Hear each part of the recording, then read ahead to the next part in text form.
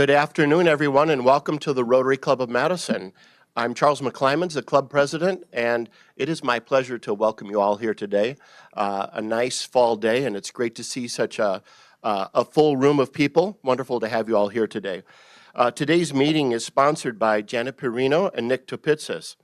Janet joined our Rotary Club in 2012, and she is a retired advisor to elected officials. She is currently the chair of our program committee. Janet is sponsoring the meeting on behalf of the Literacy Network today. The Literacy Network was founded in 1974 and helps adults in Dane County build skills, reach goals, and connect communities. Nick has been a member since 2016, and he founded PC Name Tag and is retired CEO of that company. Nick is sponsoring the meeting on behalf of the River Food Pantry, and for nearly 20 years, the River Food Pantry is Dane County's busiest food pantry and serves over 2,500 people each week. 1 in 3 are children, and the pantry has already served 36% more households than last year. With community support, the River will continue to work to meet our neighbors' growing need for food. Let's thank Janet and Nick for sponsoring these two wonderful organizations.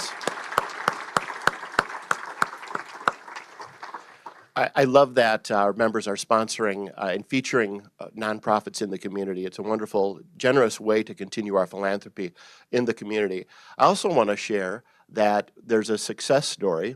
Remember the Dane County Humane Society was here last week with those beautiful kittens? I could have adopted them all. My 3 cats wouldn't have liked it, but Joy Cardine actually adopted 2 of them. Their names are Juna and Jay, and they're absolutely precious, right? Yes, or you could just look up Joy on Facebook and see lots of cat photos these days. All right, thanks everybody. Remain standing in our opening patriotic song. Ken Yuska will lead us in My Country 'Tis of Thee with Elaine Mishler on keyboard. Okay.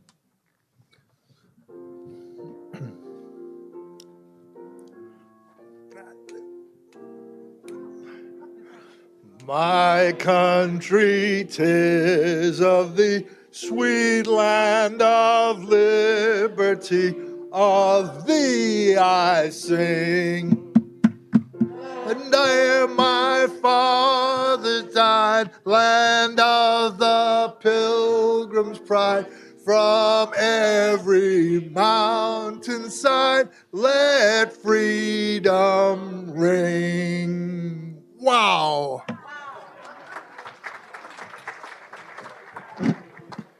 Thank you, Ken. I invite Rick Kiley to come up and introduce today's guest. Good afternoon, Rotarians, and welcome guests. Guests, I will introduce you, and please stand and remain standing until we've introduced everyone, and then we'll give you our warm Rotary welcome all together.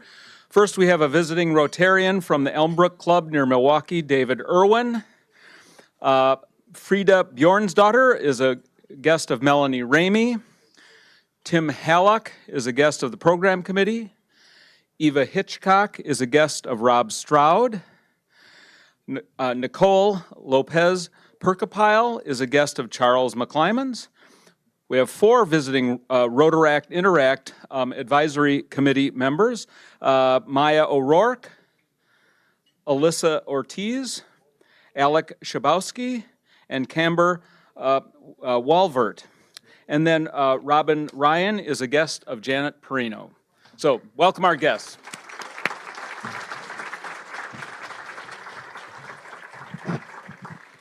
Welcome to all of our guests.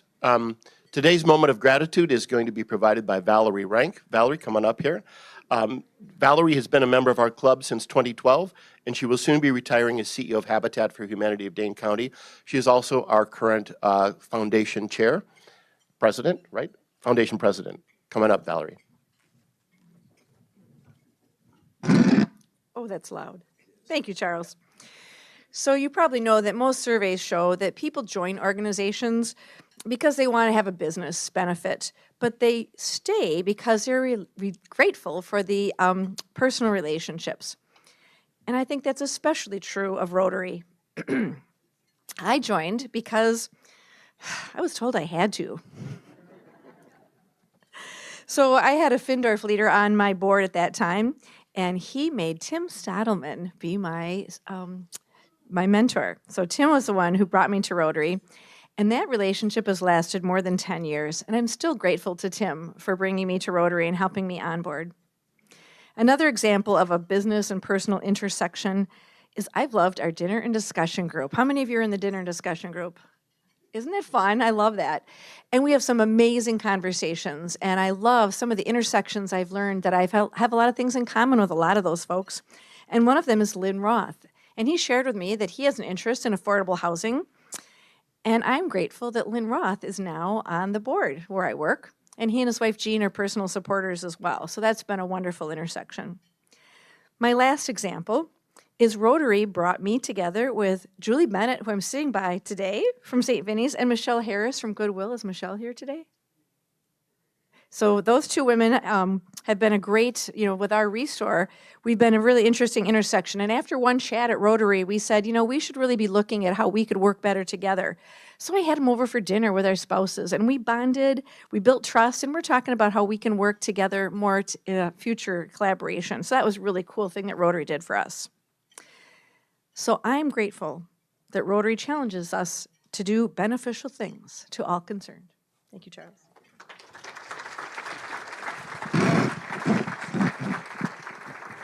That's great. Thank you for sharing, Valerie.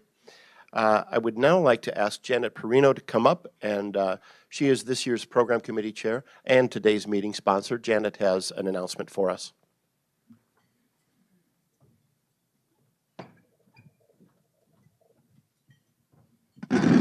Thank you, Mr. President. Hi there, it's me again. I know it's like a bad penny, but I'll be quick. So I'm Janet Perino, and I am the lucky dog that gets to chair our program committee. This is a 9-member committee that serves 3 years staggered terms, and I'd first like to introduce the members who serve on the committee with me. So please stand if you are here today. And I'm very happy to introduce my colleagues Terry Anderson, Joy Cardine, new mom, Peter Gray, Gavin Luter, Regina Milner, Ashley Quinto-Powell, Wes Sparkman, and Martha Vukalik-Austin. Let's thank these members for serving on the committee.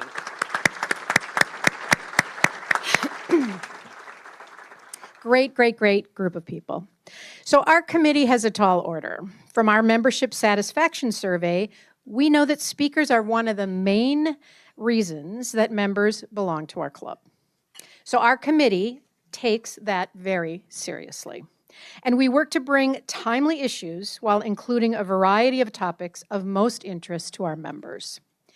We also have a goal of having at least 20% of our programs include the issue of diversity or that be presented by people of color. I'm proud to say we've exceeded that goal for the past 5 years.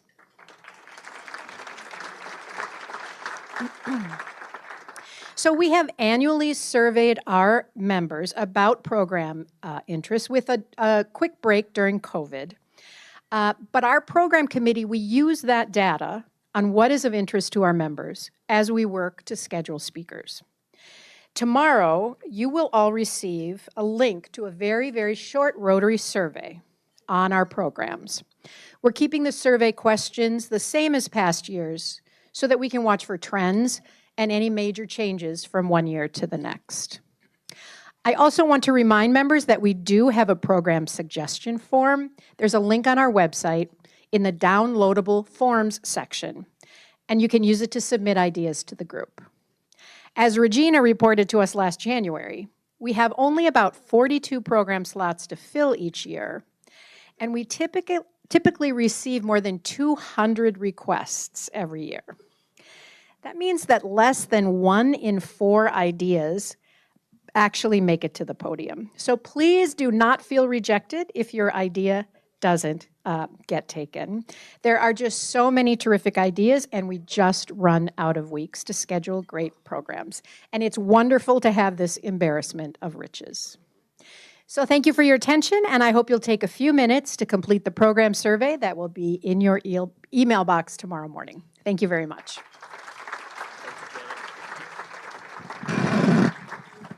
I think I need to invest in some WD-40 for this for this thing. It's quite loud. Thank you, Janet, and please complete the survey. Be sure to tell the program committee as well what you like, that they're doing a fantastic job. I think we continue to have really high-quality programs every week, so it's a really important part of our club experience. Okay, Dave Bornstein chairs this year's Community Projects Committee, and he has an announcement. Dave?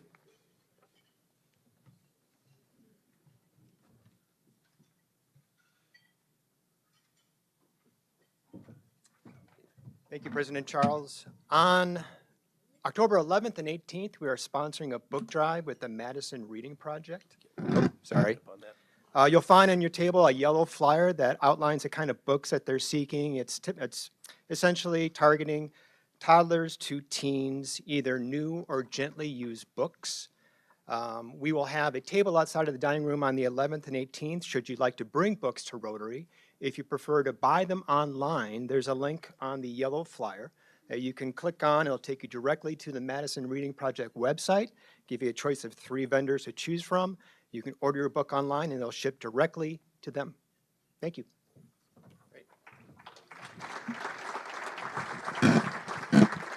Thanks, Dave. Steve Goldberg is the chair of this year's Manfred Swarzynski Humanitarian Service Award, and he has an announcement. Thank you, President Charles. Good afternoon, fellow Rotarians. It's great to see you. I really hope you feel the same way about me. Because I have 2 dates that I'd like you to circle on your calendar. One is Wednesday, November 8th. The other is Friday, October 6th. November 8th is the date of our luncheon honoring the recipient of the Manfred Swarzynski Humanitarian Service Award. And October 6th, 10 days from now, is the deadline for nominations for this recognition, this award.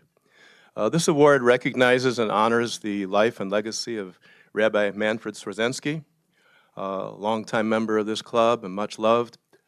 And he was also my rabbi. And before he became my rabbi, which I know he saw that as a lifetime achievement, he was rabbi of the largest Jewish congregation in Berlin, Germany, highly regarded for his oratory.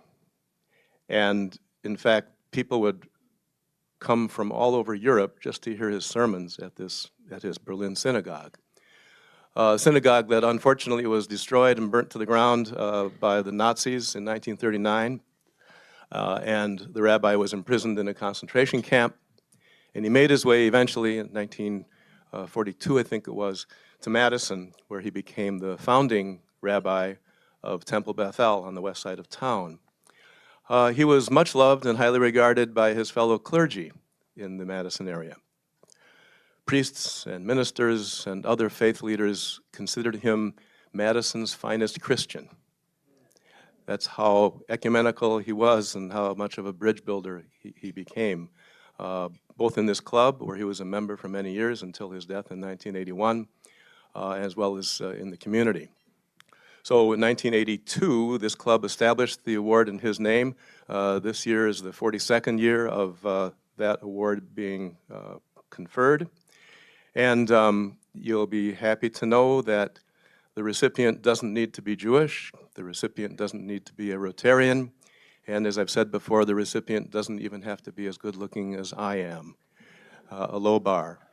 But the recipient does need to be nominated, and with the award comes a $2,500 grant from the Madison Rotary Foundation to be paid to the nonprofit organization designated by the recipient. And the nomination deadline, as I mentioned, is next Friday, a week from this Friday, October 6th. We've already received some fine nominations. We've got time for a few more. And I encourage you to just think about people whose service to this community you admire and consider nominating them for this type of recognition. There are nomination forms on the table for you, as well as accessible online through the Rotary Club website. I look forward to not only receiving those nominations, but honoring the recipient in this room on Wednesday, November 8. Thanks very much for your help in identifying worthy recipients of the Manfred-Swarzensky Humanitarian Award. By recognizing that person, we're not only honoring the values and principles of the rabbi, we're honoring the values and principles of our own Rotary Club in terms of service above self. Thanks for your help.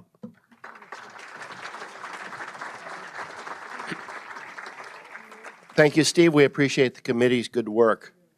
We have birthdays to celebrate with a bit of humor and wisdom that complements Rotary's mission. We also encourage members to make a gift to our Synergy Scholarship Fund. On September 25th, we have Bill Haight. September 26th, Joyce Bromley. September 26th, Dave Casey. September 27th, Darren Harris, who shares this quote from Pablo Picasso: "It takes a long time to grow young." September 28th, Wendy Melendez. September 29th, Kurt Brink. September 29th, Mark Guter.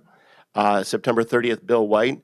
And I also understand we have another birthday in the house today, that our speaker, Michael Williamson, is his birthday today. So let's wish all of these Rotarians and our guest speaker today a very happy birthday.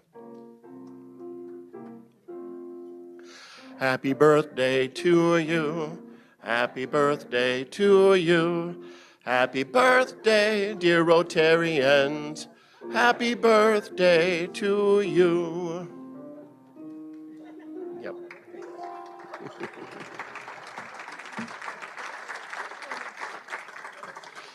We have a couple of members in the news. Oscar Morales will deliver the keynote address at the University of Wisconsin Stephen Point Hispanic Heritage Month event tonight. That was posted in Madison 365 yesterday. And Robert Reed was quoted in the State Journal about the search committee finding a replacement for our wonderful conductor, John DeMaine. And I have one announcement.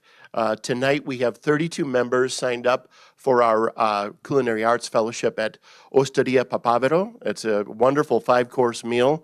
And from James Beard Award-winning chef Francesco Mangano. I'm going, and I'm really looking forward to it. We had 2 people that had to back out last minute. And so if you're interested, we have 2 spots. They're $129 each. Let Jane or Pat know if you'd like to go. Okay, next on to our program. Excited to have this program here today. Today's speakers joining us are 3 authors of the book Bending Granite. Michael Williamson, who led complex public sector organizations for 41 years, including founding groundbreaking quality initiatives for the City of Madison, the UW-Madison, and the State of North Carolina. He serves on numerous boards where he seeks to make order out of chaos. Dr. Kathleen Paris, who has assisted organizations over the past 30 years to plan for new realities and improve their systems and organizational climate. In addition to a variety of private and public sector organizations in the U.S., she has consulted in Canada, Northern Cyprus, Japan, France, the Virgin Islands, Guam, Switzerland, and the UK. And Tom Mosgaller, who is a change agent by nature and leader by nurture. He served as the City of Madison's Director of Quality and Productivity and as President of the American Society for Quality. A lifelong community organizer, Tom guides people to take ownership and address the inequities around them. As they make their way up to the head table, I want to mention also that we will have copies of their book for sale in the back of the room today. I think you told me it's $12, right? A bargain, right? And and so let's welcome them. Oh, they're also providing 10% to our Madison Rotary Foundation. We look forward to your presentation, and to thank you for coming here today. We've made a donation in your honor to the Rotary International Polio Plus Fund. Let's welcome our guests.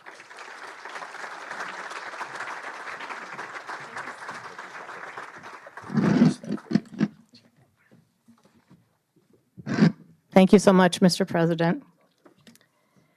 David Cooper had been chief of police here in Madison for about 10 years when quality came on the scene. He was pretty skeptical at first about this notion of quality, but he recognized the power of clear purpose, crystal clear purpose. And so he articulated a vision for the police force that had 3 elements to it. The first one was to decentralize the police so that there were police officers in the neighborhoods who knew people and they knew them. They knew the police officers. So decentralization. The second thing, let's see here, okay, was to build a people-oriented organization where education of officers was paramount and where people came on the force with a good amount of education, but they also continued their education once they were a police officer. And then the third thing was to develop a very high capacity for problem-solving, conflict management, and intervention to replace nightsticks and tear gas. And if you were around at the time, you probably remember the tear gas. So that was his vision, and after several, this is what he said. Quality means separating the warrior cops from the guardians of the peace. Just think about how powerful that is, the guardians of the peace. And in his words, he said he wanted a professional police officer working with the community to keep the peace. After several years of transformation, it seemed like things were improving. The crime rate had gone down, and Madison was attracting and keeping some of the most highly educated professional police officers in the whole country. But he wondered, how do we really know for sure? So he requested an independent review of policing in Madison from the National Institute of Justice. And their findings are summed up this way. Surely, the most dramatic finding of this project is that it is possible to bend granite. So quite a kudo. We chose this story to be the opening story in Bending Granite. And when it came to naming our book, there was the perfect title right in front of us, Bending Granite. So Bending Granite is 30 true stories by 30 authors, 30 organizations over 3 decades of all these successful change projects that happened right here in Madison and Dane County. So we are certain that everybody sitting here today knows either the story, the people, or the organization involved in these 30 stories. So thank you so much for inviting us today to share Bending Granite with you. And with that, I will turn it over to Michael.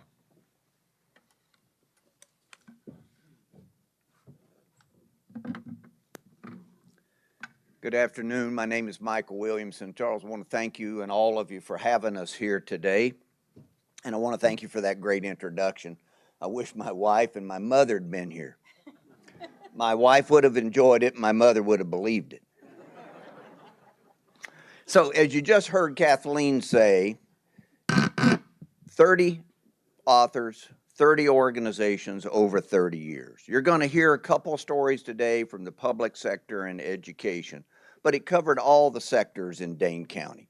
Organizations that were working to drive change. American Families in that book. We've got Playcon in that book. We got Meriter Hospital, the UW, the Technical College, nonprofits. There's lots of organizations. And on your table, you will find a list of the table of contents and the authors. I encourage you to take a look at that. So the question is, why write this book?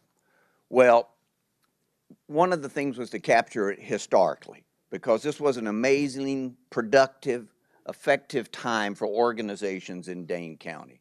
But the second thing is that there's a more important reason. And the world today needs change leaders like you to help address some of the complex problems that we're facing in this world. And this book includes fundamental, time-tested quality approaches that transcend time and types of organizations that can help you and others manage change, drive change in your organization. But enough about the background. Let me share a story with you. This is one that I wrote for the book, and it's called Never Waste a Crisis. So things were bad, really bad in 1983. Good working equipment was hard to come by for the city of Madison. Now, if you were the police chief, and you just heard David Cooper referenced here, and you were trying to put officers on the street, but your squad cars were in the city garage broken down, that was a problem. If you were the parks director, and it was the rainy season, and your gang mowers were unfunctional, that was a problem, because the citizens were complaining about the tall grass. The same thing was for the forestry department, it was for the streets department. The list went on and on. So what was the problem? Well, Vehicles and equipment were sitting at the city garage down on First Street, hopefully home of the future marketplace here and for the city of Madison, for days before a mechanic could even look at them, let alone diagnose what the problem and get them fixed and back on the street. So the light was quickly thrown on the mechanics. I mean, after all, they were union mechanics, and they must be part of the problem, if not all of the problem. So solutions started flying. Fire some of the lazy mechanics and the rest will work harder. Contract out the work to the private sector, because you know the private sector is always more efficient than the public sector. Give them more positions so they can manage the backlog. Lesson number one, for every complex problem, there's always a simple answer, and it's almost always wrong. Okay, you know how this works. Problems show up in an organization. People start throwing out solutions. I refer to this as grasping at straws. But this time it was different, because the mayor, Joe Sensenbrenner, who's sitting right here, had just come back from one of W. Edward Deming's seminars down at the UW, and he'd learned about this thing called TQM, Total Quality Management. And so he knew that there must be a different and a better way to look at this situation than we had been doing for years. But there were no examples of applying these techniques in government. All we had was the translations of Japanese industrial models. Number two, never waste a crisis. So we decided to apply the new techniques because this was a crisis, and you never waste a crisis. If you want to drive change in an organization, the best way to change the status quo is to seize the crisis that's at hand. Interfaculty from the UW who were equally fascinated with this new management approach, particularly a guy named Bill Hunter, white shirt, black tie, Princeton graduate, but a member of the esteemed UW Statistics Department.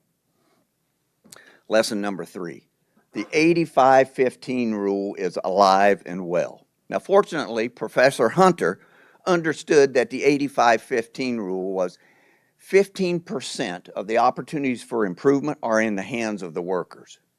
85% is in the hands of management. So he asked to meet the workers where they stood, down at the city garage, in a process that they had virtually no control over. So after the initial meeting, Terry Holmes, the president of the union, responded to Bill Hunter when the professor asked him, will you guys be willing to work with us? And Terry put it to Bill. He said, you're not telling us anything new. We understand what you're saying. The system is broken, and they're blaming us. Do you think this new idea and you can help us? Lesson number four, in God we trust. All others must bring data, and the data will set you free. So we created our first process improvement team and began to gather some data. Here's what they found. Equipment was being kept online much longer. 21 years average life of a piece of equipment. Just 10 years earlier, it had been 10 years. Vehicles were purchased on low bid. So we had no consistency in the type of vehicle, the manufacturer of the vehicle. And if you wanted to try to buy parts for those, you could not keep those all in inventory. You had to order them. And then the most surprising thing was the bureaucratic process that went on in City Hall. The purchasing process required 28 steps to buy a part, and the largest delay in the process was waiting for approval from the city comptroller's office. Lesson number five, tirelessly watch for unnecessary approval steps that slow down processes. Something breaks, new steps are added to ensure that it doesn't happen again. The process gets longer, it gets more cumbersome, and it never gets looked at its entirety. The addition of extra steps and complexity grinds the process down. But with study and data, recommendations were coming forward. And what did they recommend? Well, adopt a more effective replacement schedule. City mechanics should work with its customers to implement a priority system to get the most needed vehicles back on the road first. Purchasing decisions should be delegated to the managers at the garage and not have to go through City Hall. Lesson number six, the line employees in any process understand it than any manager ever will. Now that may not always be the case, but after all this work, Joe Turner, and garage foreman, quipped, he said, now there's less cussing and more discussing. So aggressively seek understanding of how things really work from those people who work in the process itself. So how did things turn out, you might ask? Well, repair time dropped from 9.5 days to 48 hours. The number of steps to purchase a part went from 28 down to 7. And rather than increasing costs by hiring more mechanics, the annual savings from the new process was $750,000. The First Street Garage team became famous. They made it into Deming's next book. Professor Hunter and Terry Holmes traveled the country talking about the exam. They even went to Ford Motor Company. Imagine that, the private sector learning something from the public sector. And most important, quality management had been birthed in the city of Madison. It was the first governmental body in the country and probably in the world to apply these techniques. What a shame it would have been to waste a crisis. Now, there's an epilogue to this story, because the bond between Bill Hunter and the mechanics at the First Street Garage was more than professional. It was personal. So when Bill Hunter died at the much too early age of 49 from cancer, the mechanics requested to pay their special respects, their final respects, in a special way. Their request was honored. And before he was buried, Terry Holmes and Joe Turner dug by hand the grave that was to hold Bill Hunter's body. I'm going to turn it over to Tom. He's going to talk with you about another story.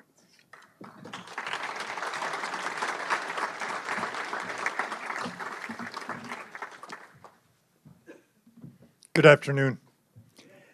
I just was thinking about the fact that I'm going to share a story that's contemporary. But before I do that, I got to share a very quick piece to what Mike shared. I was in the hallway to the mayor's office, and about 3 months after that project, Terry Holmes came walking down the hall, big guy, you know, your kind of stereotype union guy. He says, "Tom, I want to talk to the mayor." And I says, what do you got to talk to him about? And he says, "I think we can get this down to 24 hours. You never would have had that happen if we had not done that kind of trust building to get them to respect who we were and the job that Joe did as mayor to allow them to make a difference. So I just had to share that because it was just such a good story. So I'm currently involved in a number of improvement efforts in different kind of settings, like I'm sure you are at your businesses or whatever. But one of them, I think, has real importance to what we're doing today. And I want to emphasize that the kind of thing that's in bending granite is universal and timeless. This could have been done back in Greece. It could be done today and tomorrow, because these are universals for using the scientific method in a very simple way to use data to improve things. One of the things I'm working on is the whole idea of how we're going to keep young teachers in our schools. We are losing a third of our first-year teachers. And we lose about 44% within the first 5 years. You can't run a railroad that way, much less a school. And we put together a thing called Educators Leading the Profession. It's an 8-state effort in the upper Midwest. We pilot tested it now for 2 years. We wrapped around young teachers 3 evidence-based practices that we think can really make a difference in trying to retain young teachers. This is all being followed by a very rigorous research process to collect data about the effectiveness of what we're doing in a quality manner. And the 3 things we're doing, I'll do very quickly. One is making sure that every young teacher has access to best practices online 24/7. They can go in there and look at what good teachers do in other settings. The second thing we do is we give them a curriculum coach. If you're a shop teacher up in Lodi, a young teacher, and you've never taught shop, having access to somebody who's a veteran shop teacher who can help you build your curriculum is a major value to a young teacher. Making sense to you? And the third thing that I've been involved in primarily is making damn sure they got somebody in the school who cares about them. They go into those schools, go into a box, teach. They're not prepared. The educational system is evolving so fast. And we drop kick them into these rooms, and they're oftentimes just left alone. And sometimes they have a so-called mentor, what I call high five in the hallway mentors, which is really not intentionally spending time with that person in a constructive way. Make a long story short, our data just came back and says that we have moved the needle that we can keep young teachers in schools 85% of the time if we can apply those three very simple efforts. One, keep them from being lonely and feeling alone in a place that should be communal, right? Secondly, that they have access to the kind of curriculum coach that can support them. And through that, any time in the middle of the night when they're up crying about what's going on, they can get online and talk to somebody or access best practices. So we are now at a point where the data's back and we're trying to disseminate that kind of effort across the country. Thank you for listening.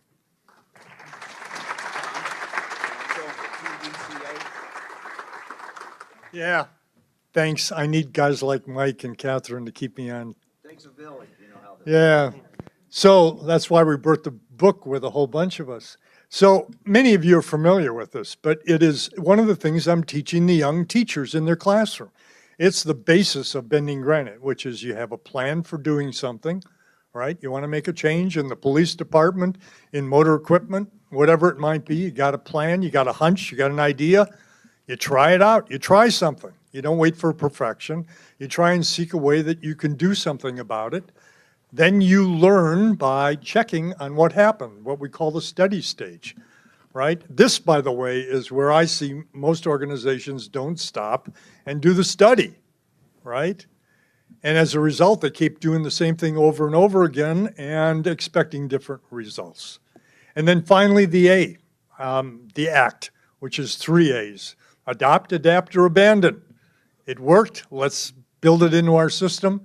It, needs a little adjustment or adaptation. We can make that. Or, hell, it was a nice try. Let's spin the wheel again. But it's a PDSA cycle. If you build that into the way you think as a leader, it can greatly enhance. And I'm teaching young teachers this so they have some power in their classroom because they feel totally out of control in a system that's much bigger than them. And they need this so they can help manage their classroom, how they relate to parents. They pick the project they want to work on, but they leave that first year knowing they got a powerful tool that they can affect change in their own classroom. Thanks again.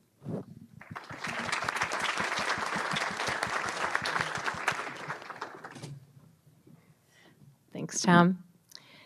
So you've heard several stories, and as you know, there are 30 of them in our book, Bending Granite. What did you hear already this morning? I think we have someone with a microphone who can come and catch your voice. Oh, Susan's got the microphone. Who heard something that kind of grabbed them? Because I have to tell you, another one of our reasons for doing this book was to inspire people to know that you can make change, but there's a good way to do it and a not so great way to do it. Okay. What did you hear? What's your name? Hands-free. Hi, my name is Peter Gray. Thank you. Michael, Kathleen, Tom. Well, Michael, I'm involved with the public market, so I loved hearing a little bit of that back history. Tom, I was particularly grabbed by your story about supporting young teachers. I have a personal angle on this because I'm the father of, I think, the newest young teacher in the Madison Metropolitan School District. Today's my son's 3rd day in the classroom.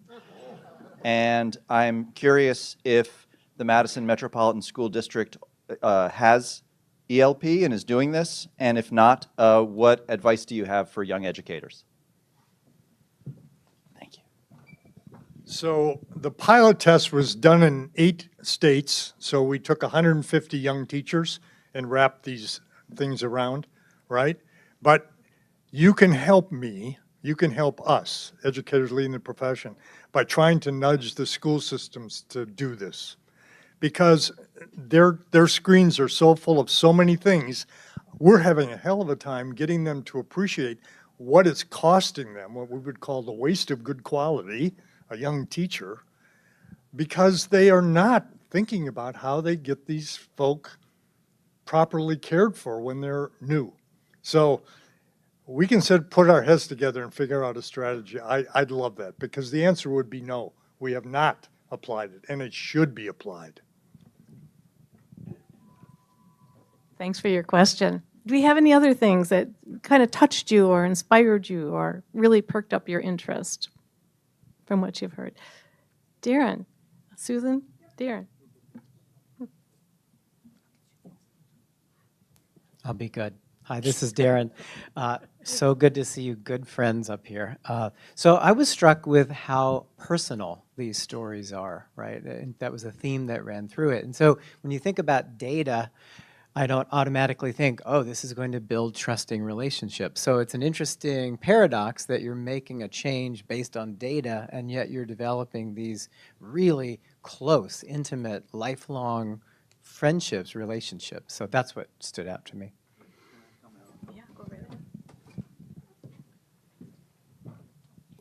As a fellow birthday guy today, I think it's an interesting observation, because you think data, it's dry, it's cut, it's boring.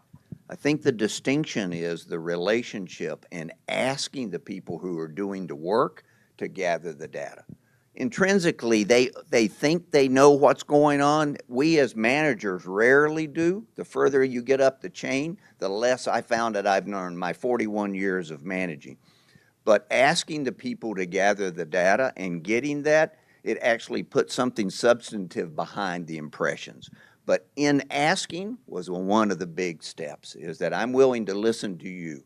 You may be working as a grease monkey on a car all day long, but you see things that I will never see. And the data, as I said, will set you free.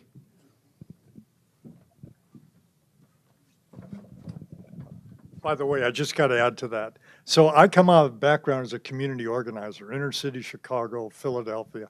Got the opportunity to be quality director for the city, right? I didn't come with a lot of statistical and data background, but I came with a deep belief in people at the ground level can make a hell of a change if they're given a chance to share what they know about organizations. Hi, I'm Brian Chan. Well, I've known Joe here a long time, but until your story, I didn't realize how awesome he was. So I think he deserves a hand.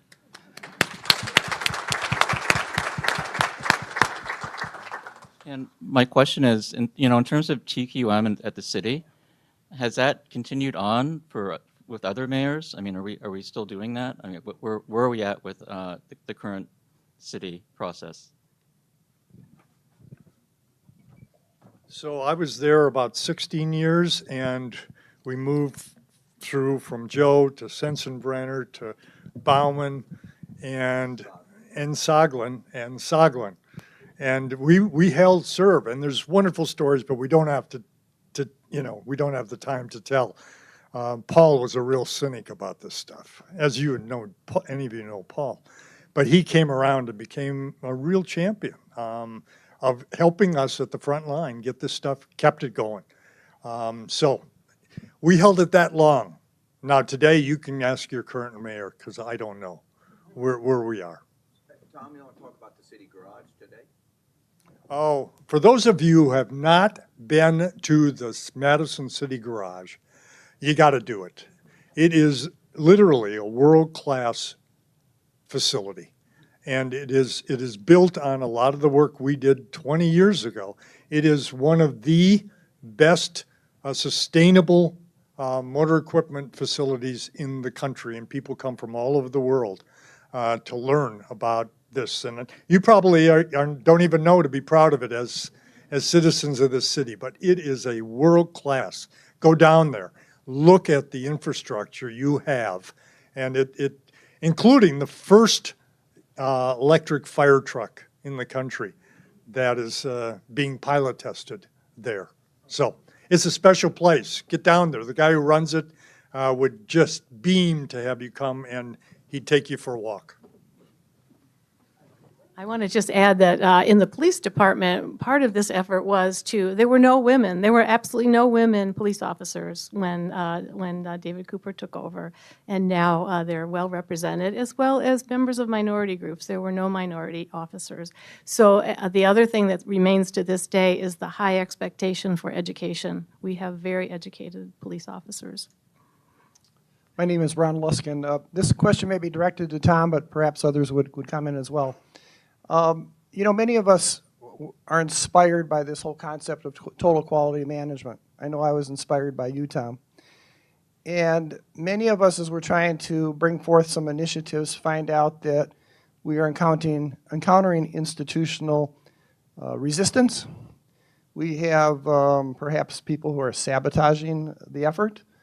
We may have management that says, yeah, but their passive kind of sense of support really doesn't or the support doesn't materialize. It's really rather passive. So I'm wondering, Tom, if you could share with us what you've learned over the past many years about how individuals who want to bring forth change in their organization can meet that institutional resistance. Ron, I have no idea what the heck you're talking about. Just kidding, man.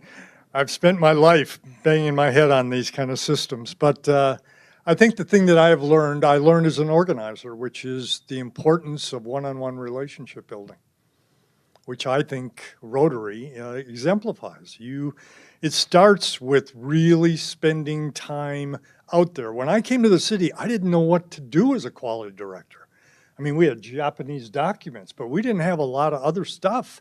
We were trying to figure it out, and there were no experts really inside. So I went out and did what an organizer did. I'd take a day a week and go out and do one-on-ones with frontline people. I rode on the garbage trucks. I know what it felt like to pick up 550 stops in a day, and one bag would be full of paper and Christmas decorations, and the next one would be bricks. And why we were having injuries to backs on our refuse pickers, right? I could go down the list of all those kind of experiences. I'd go out and drive the moors because I'm a farm boy, so I like doing that stuff, right?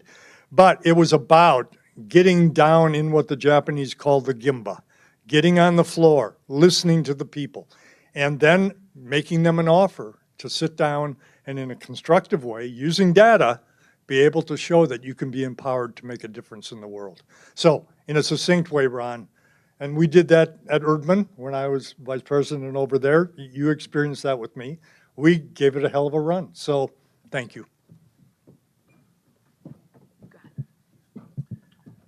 So somebody told me one time you drive change in some organizations one retirement at a time.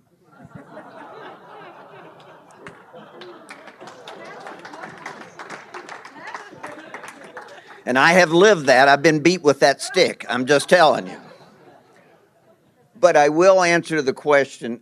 One of the things I think that's really important is to get find out to them what's important in their organization, what's causing them pain, and focus on that. Now, you don't want to take on world hunger, but you don't want to spend all your time and energy trying to figure out where the water cooler ought to be located either, right? But finding out what's important to the organization and their leaders. And I will tell you one other thing. The group that we found in our experiences that's been the most difficult is usually middle management. Because the frontline employees, all of a sudden, they're coming up and talking to the mayor and saying, I think we can do this in 24 hours. They love the attention, and somebody's listening to them. Senior management loves it because they're getting results if they pick the right projects to work on. The middle managers are like, wait a minute, what's my job? I thought they always talk to me, and I talk to senior management. So it's important to pay attention to that group and bring them along and find them new roles and new duties that they can do to help facilitate this work that we talked about. And if I may add to that, Michael sort of referenced this, but what kind of professional growth are you giving to your middle managers, the ones who are having the hardest time? You know, do they understand what it is to sort of de-scarify the idea of involving people in decision making? But I am a huge fan of pilot projects. You know, a small project that you can get your arms around it, and you have data at the end that show that we did this and we had these kind of positive outcomes. It's kind of the virus model. So that's what I would suggest for organizations, is start out with some pilot projects and see where that goes.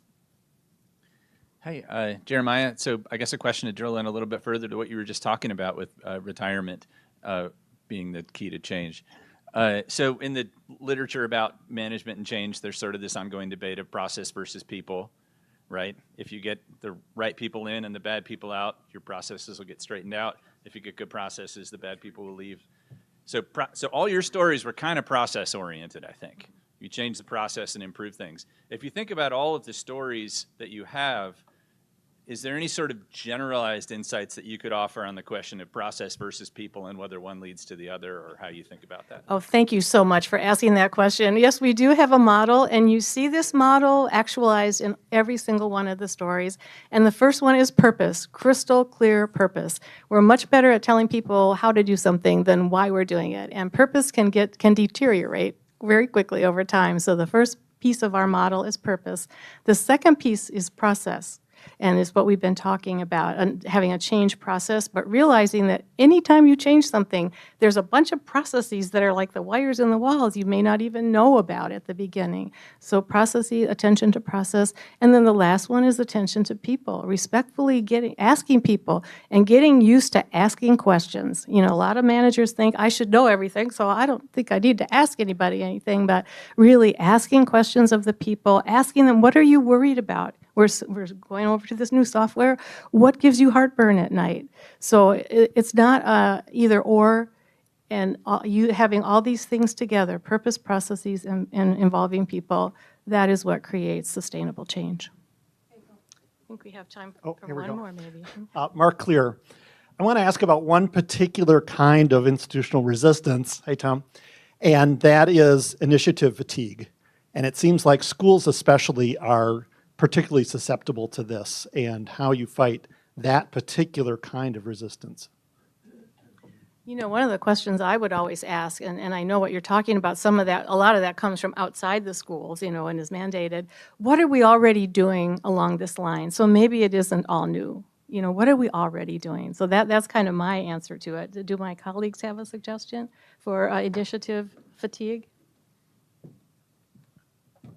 One of the questions I oftentimes ask is, what are we doing now that's working? What should we be doing? But also, what are we doing that we should stop doing? Because these things just pile on. They get more and more, and people get worn down and worn down. So if you're willing to ask that question, what are we doing that we should just stop doing? It's interesting to see what the answers are. Mr. President, you said you like to keep us on time. We have 2 minutes. Oh, wonderful. We have time for another. Okay, good deal. Hi, friends. Roberta Gassman. Good to see you. Thank you for your decades of outstanding and important work, and happy birthday, Michael. Tom, to the important issues you raised about what's going on in our schools, and I'm sorry, in our community, we're not participating yet. Given COVID, and what we've seen since COVID, more isolation, lack of technology due to poverty, all of those factors, it seems the job of being a teacher has gotten harder. What are you seeing in the data from our experience trying to come through COVID, and what that tells us about what's ahead? Well, you're all extremely smart people, so you can see if we're losing a third of our young teachers, what the consequence is going to be 3, 4, 5 years from now. It's just going to keep becoming more and more of an issue in terms of creating a culture in which your kids or grandkids are going to school in a place that there's some predictability and consistency.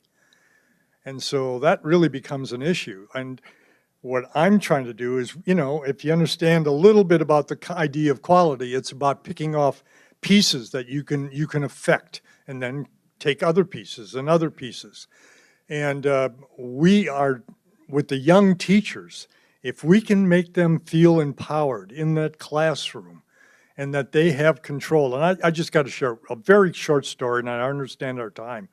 But one of the things I'm working with some young teachers on is when they're scared. A lot of them are scared to meet with parents, because right now, so much polarization, parents are coming in, some are coming in claw and tooth, right? And these kids are trying to do their best, and they're walking into these situations.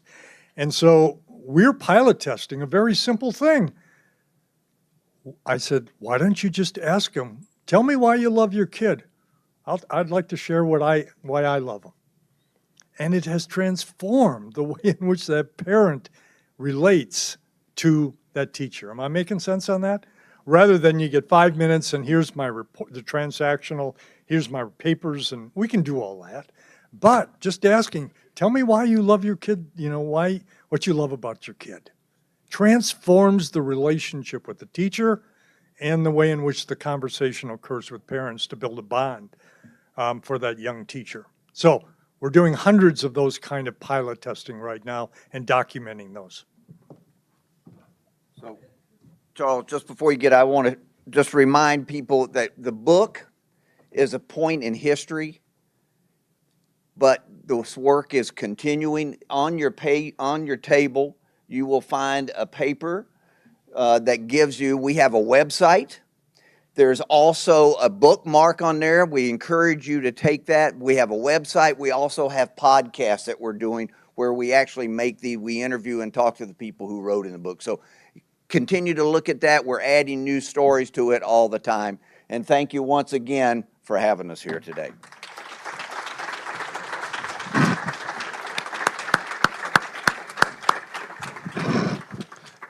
Kathleen, Tom, Michael, thank you for being with us today.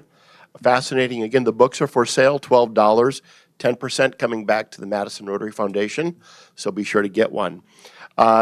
Join us next week when we will hear from Dr. Kaiping Chen, an assistant professor at UW-Madison. The title of her speech is Artificial Intelligence Unveiled, The Road to Responsible Innovation. So don't miss it. It'll be another great program. Before we leave, please rise and we will recite the Rotary four-way test of the things we think, say, and do. Is it the truth? Is it fair to all concerned? Will it build goodwill and better friendships? Will it be beneficial to all concerned? Have a great week, everyone. We're adjourned.